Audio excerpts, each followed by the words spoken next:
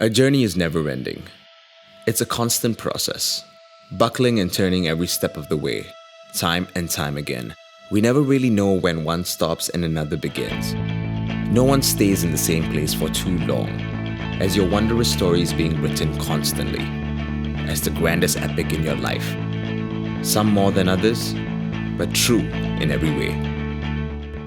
Okay, well, the story of my career so far, I can see that the major points of which I took a different level or different step, or where I changed my entire life, has been points where they were filled with extreme fear and extreme worry whether these were the right decisions. But actually, those big decisions are the ones that fill you with a lot of fear, because that means you are doing something new and different, and you have no idea whether it's going to succeed or not. Somehow, I'm an addict to that, I guess. I'm an addict to that feeling of, is this going to work out? I don't know. Because I feel that if life would be a series of, oh yeah, I know what to do, then I think it's a mundane routine life, and you're not doing something so incredibly new and innovative that you're feeling a little bit uncomfortable whether it's going to work or not.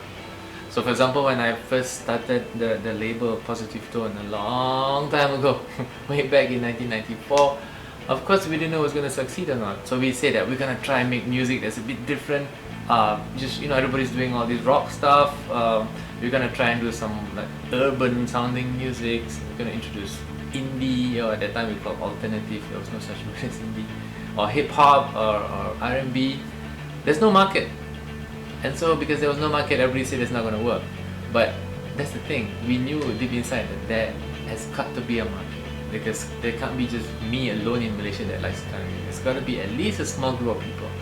So we thought we do that. But making the decision, you're going to concentrate on this, and not like listen to everybody else who says, okay, no, you go make some rock music first, some of this Malay rock music, make money first, and then you try your new stuff. If you did that, I think we'll never come out of that world. So we said, okay, let's try. And because we believed in our gut, and because we believed that we saw there was something happening in the industry, we went with it, and we were rewarded by being the only guys in that scene for a long time. But even better, there were other labels that came out that kind of started doing the same thing. So I was really happy, because once you have many labels, then it becomes an industry, and then I think everybody benefited from that. The second decision was going into TV when I had no knowledge in TV. Of course, the offer was great. Like, why don't you start a new TV station? Like, okay, what do I know? I only know I switched the TV on, and there's probably a gremlin in there that turns everything on, but I don't know how a TV works. But the guy who was gonna hire me, he said that because you don't know how things work, that's why we want you, because then you can add something different. If you know how everything works, then you'll be doing the same things as all the other jokers are doing out there. So okay, something new, and this guy spoke my language, even though he was a big corporate dude guy. But the best thing, he said, I liked what you did with Positive Tone. Something new, something different. People said there was no market, you created a market, so do the same thing with TV. So that's how we went into TV.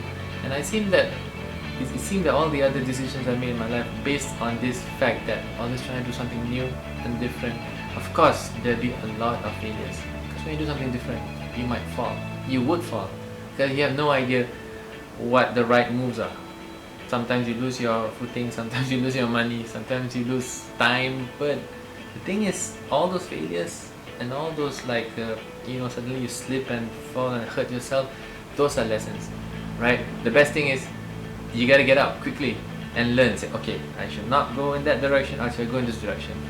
The worst thing is if you don't do anything, you stand still, and then you just sit and wait for opportunities to come to you. There's not much of a journey. A journey starts with a step, right? So if you sit there, that's not a journey, right? And the worst thing, if you sit, you get run over by the steamroller of life, I think. So I think everybody needs to take a step in, no matter what direction, even backwards, because you never know what's waiting for you out there.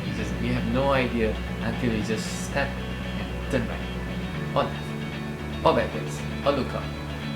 There might be things that you've never seen before, because you always sat there and drank coffee. So I think it comes down to this, right?